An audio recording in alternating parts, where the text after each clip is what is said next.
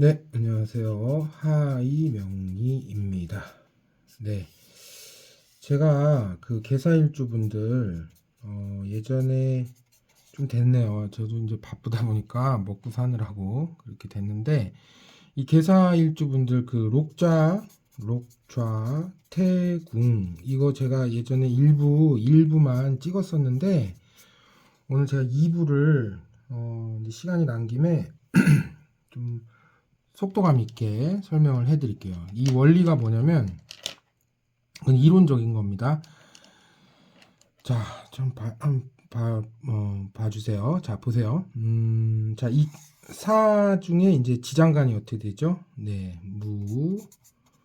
그다음에 병 이렇게 돼 있잖아요. 그리고 이게 정관이고 누구한테 정관이죠? 개수의 입장에서 정관이고 그다음에 경은 뭐예요? 정인이죠.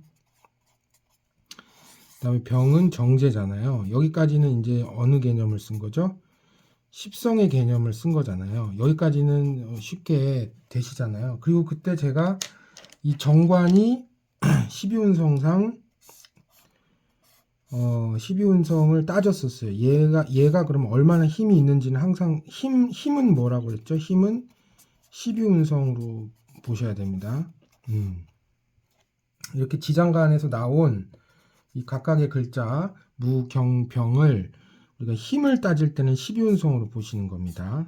관계는 10성으로 보시지만 이 일간과의 관계는 10성으로 보시는 거고 그 관계에서의 힘 그게 실제로 그 관계가 어느 정도로 나에게 영향을 주는지 그 정도나 힘은 12운성으로 보시거든요. 그때 제가 록좌태궁을 설명드릴 때 이 록에 대해서 설명을 드렸잖아요. 그래서 얘가 그 정관이 그러니까 무가 개수 입장에서는 정관이잖아. 이 정관이 록에 해당한다. 그래서 힘이 죄송합니다. 록은 이렇게 쓰죠.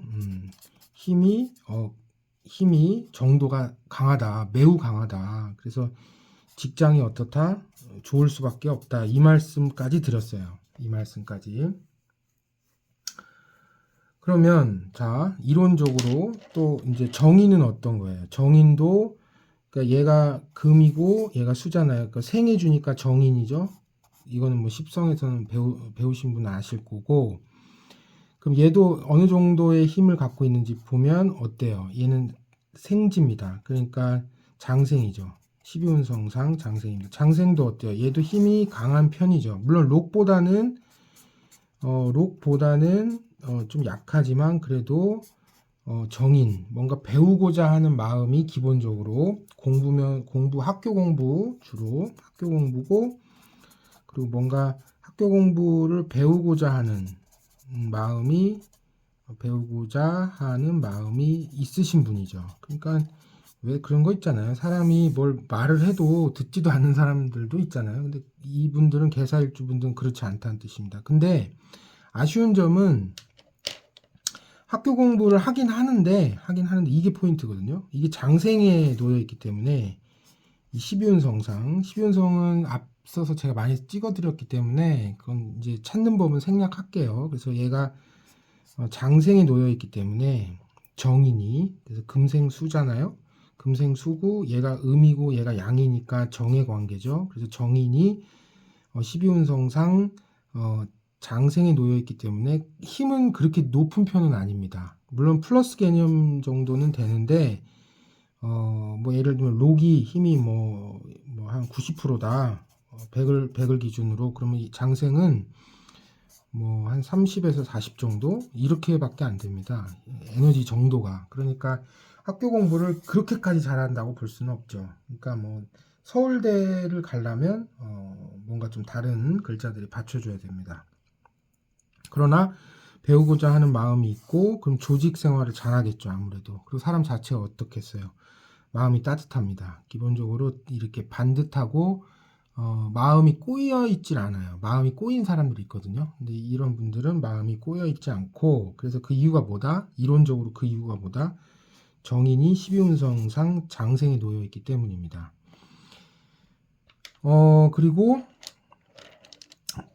이 병, 그러니까 무경병에서 이 병은 어때요? 얘예요. 얘가 정제잖아요. 정제.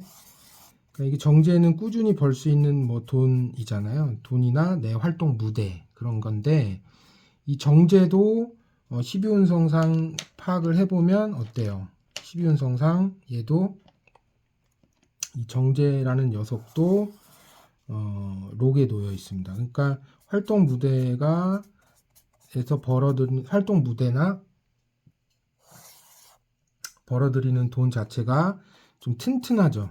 예, 그러니까 쉽게 뭐 은퇴하더라도 뭔가 좀 다른 일을 더 이어서 하신다든지 이런 식으로 흘러갑니다. 그래서 괜찮은 편이죠. 돈의 흐름이나 사회 활동도 꾸준하게 하실 수 있습니다.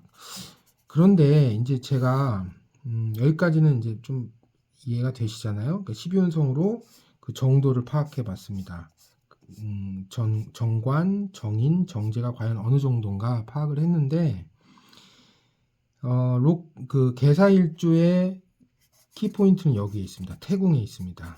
이게 더 중요합니다, 사실. 그러니까 지금까지는 이걸 태궁을 이해하기 위한 어떻게 보면 이 단계를 밟은 거거든요. 첫 단계를. 그러니까 이 태궁을 이제 제가 설명을 드릴 거고 한번 끊어서 가겠습니다. 그 3부에 제가 또 끊어서 가는 게 좀 이렇게 머리를 식혀서 또 다시 보시는 게 좋을 것 같습니다. 그래서 태궁을 제가 이어서 설명을 해 드릴게요. 그림을 통해서 설명을 쉽게 한번 해 드려 보겠습니다.